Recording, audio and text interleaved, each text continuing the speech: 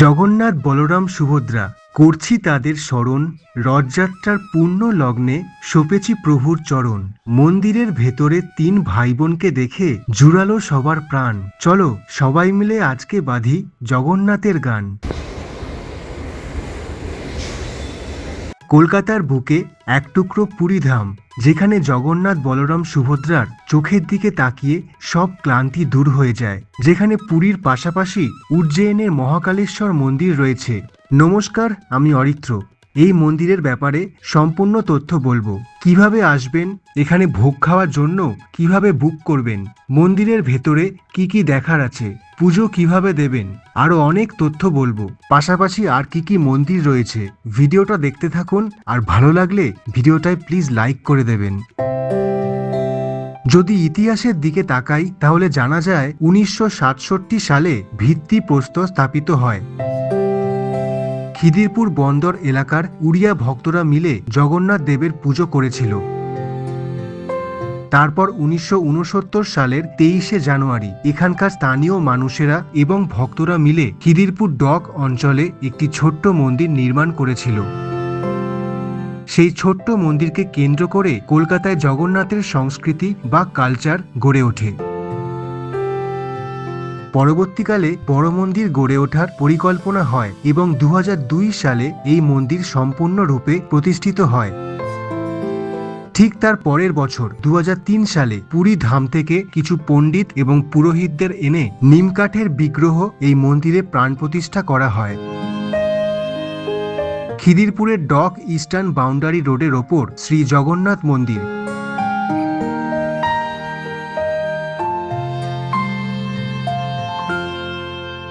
বাঁদিকে রয়েছে বিনে পয়সায় জুতো রাখার জায়গা। এখানে আপনাকে আপনার জুতো খুলে তারপর মন্দিরে প্রবেশ করতে হবে।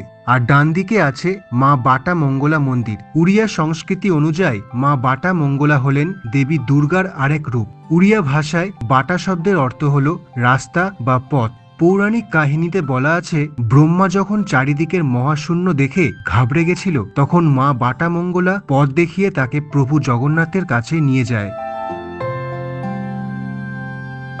মন্দিরে ঢুকেই প্রথমে দেখা মেলে অরুণ স্তম্ভের, তার নিচে রাধাকৃষ্ণের মূর্তি। গেট দিয়ে ঢুকে ডান দিকে যজ্ঞবেদী এবং থাকার জায়গা। বাঁদিকে আছে অফিস, কাউন্টার, পুজোর সামগ্রী কেনার দোকান। আর মূল মন্দিরে যাওয়ার জন্য উপরে যেতে হয়। চলুন আগে ঠাকুর দর্শন করে আসি। পুরীতে যেমন সিংহদুয়ার রয়েছে, তেমনি সিংহের বিগ্রহ করা আছে। এই হলো মূল মন্দির। গর্ভগৃহে প্রবেশদ্বারের সামনে বিভিন্ন দেবদেবীর ভাস্কর্য খোদাই করা আছে। পুরী জগন্নাথ ধাম হোক বা খিদিরপুরের জগন্নাথ মন্দির, প্রভুকে দেখে তার ভক্তদের মনে পরম শান্তি অনুভব হয়। ভেতরে ওপরের দিকে তাকালে দেখা যায় উড়িষ্যার ঐতিহ্যবাহী পটচিত্র, তাতে পৌরাণিক কাহিনী আঁকা আছে।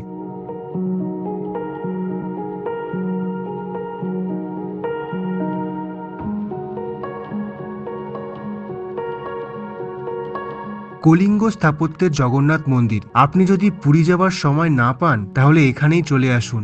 মূল মন্দিরের চারপাশে রয়েছে আরো অনেক ঠাকুরের ছোট ছোট মন্দির। জগন্নাথ মন্দিরের তিনটে সাইডেই অসাধারণ কাজ করা আছে। তিনটে সাইডে কিছু মূর্তি খোদাই করা আছে। মন্দিরের দেওয়ালে নানা জায়গায় ভগবান বিষ্ণুর 10 অবতারের মূর্তি দেখা যায়। প্রভু নৃসিংহ দেব থেকে প্রভু বরাহ দেব। একটা কোণায় দেখলাম কাঁচের ভেতরে সুদর্শন চক্র। এটা হলো লক্ষ্মী মন্দির।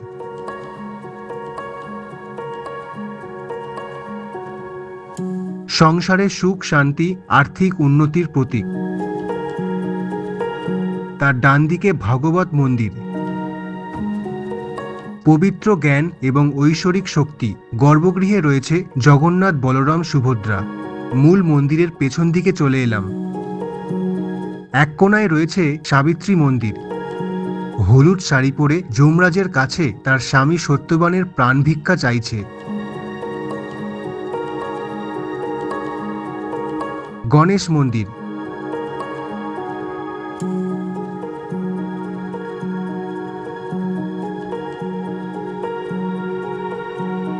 তার পাশে সরস্বতী মন্দির।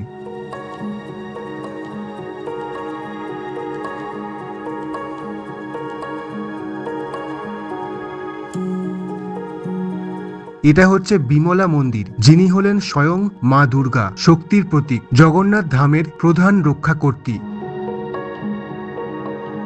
আর সবশেষে হনুমান মন্দির। পাশে চক্র রেলের ট্রেন যাচ্ছে, আর সামনে খিদিরপুরের জগন্নাথ মন্দির। কলকাতার বুকে এক অপূর্ব দৃশ্য।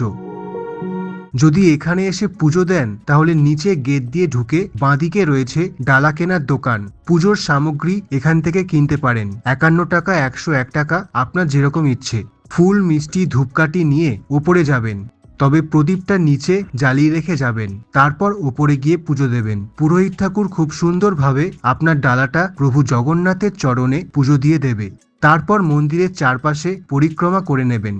মন্দিরে দেখলাম এই নোটিশটা দেওয়া আছে। এখানে বলা আছে আপনি চাইলে পুজো দেওয়ার জন্য মেম্বার হতে পারেন। তার জন্য এই নাম্বারে যোগাযোগ করতে পারেন। এখানে অনেক রকমের পুজো বা অনুষ্ঠান করানোর জন্য মেম্বারশিপ নেওয়া যায়। বছরে 4000 টাকা থেকে 1 লাখ টাকা পর্যন্ত মেম্বারশিপ নেওয়া যায়। পাশে দেখলাম 2026-27 সালের অনুষ্ঠানের তালিকা দেওয়া আছে। 16ই জুলাই রথযাত্রা, 24শে আগস্ট ঝুলন যাত্রা।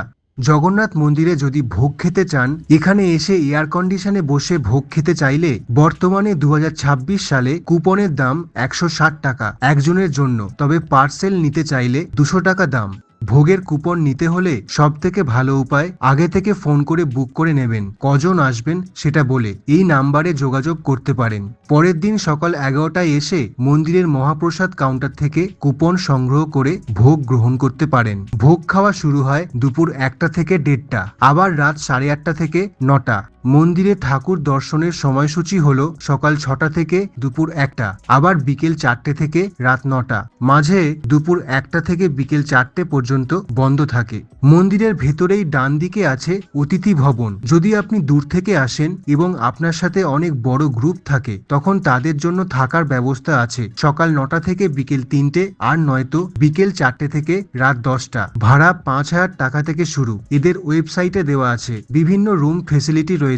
কিন্তু আপনি যদি একা আসেন বা শুধু ফ্যামিলি নিয়ে আসেন, তার কি ব্যবস্থা আছে সেটা আপনাকে যোগাযোগ করেই আসতে হবে। যে কোনো সামাজিক অনুষ্ঠান করাতে চান, বিয়ে, অন্নপ্রাশন, জন্মদিন বা কোনো পুজো যজ্ঞ, এখানে যোগাযোগ করে এসে করাতে পারেন।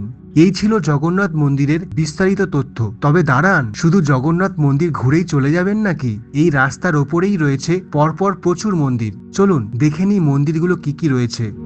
জগন্নাথ মন্দিরের একদম ডান দিকেই আছে নাগা বাবা শিব মন্দির।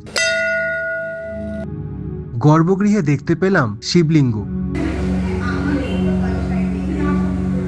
উপরে আছে সিংহ বাহিনী আর রাধাকৃষ্ণের মূর্তি।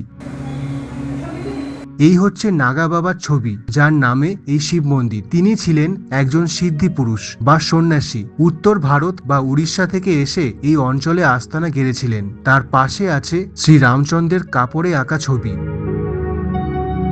ডান দিকে আছে একটি বিশাল বেলগাছ। বহুকাল আগে এখানে বন জঙ্গল ছিল। এই গাছের নিচে নাগা বাবা পবিত্র আগুন জ্বালিয়ে তপস্যা করতেন। এখন সেখানে এই মন্দির হয়ে গেছে।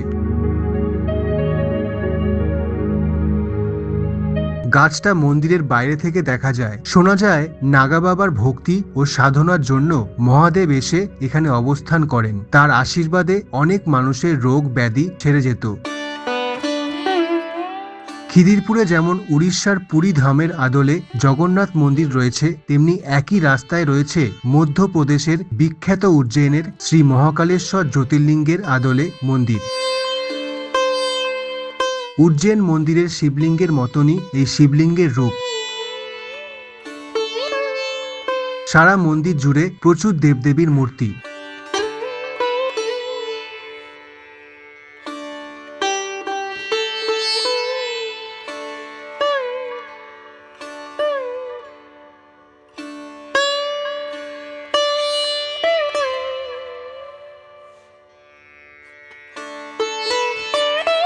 শিবরাত্রি শ্রাবণ মাসে প্রচুর ভক্তদের ভিড় হয় এখানে।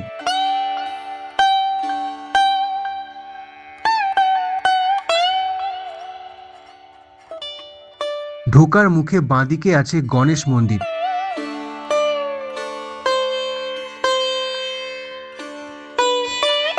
আর ডান দিকে আছে হনুমানজি। মন্দিরের ডান দিকে আছে গোশালা। আপনি চাইলে এখানে এসে গরু সেবা করতে পারেন। তার রেটটা দেওয়া আছে, একদিনের জন্য 251 টাকা, 7 দিনের জন্য 1501 টাকা। মহাকালেশ্বর মন্দির দর্শন করে তারপর রয়েছে আরেকটা মন্দির, শ্রী রাধা কৃষ্ণ মন্দির। এটা সাধারণ মন্দিরের মধ্যেই পড়ে। রাধাকৃষ্ণর মূর্তি রয়েছে ভেতরে। তারপর রয়েছে গায়ত্রী মন্দির ভূকৈলাস। মন্দিরটা 2nd ফ্লোরে। আর নিচে হয় যজ্ঞ। এখানকার নন বেঙ্গলি স্থানীয় লোকেরা মিলে যজ্ঞ করছে। আমাদের দেশের যারা সৈন্য, যারা দেশ রক্ষার জন্য নিজেদের প্রাণ দেয়, তাদের মঙ্গল কামনার জন্য যজ্ঞ হচ্ছে। উপরে আছে গায়ত্রী মন্দির।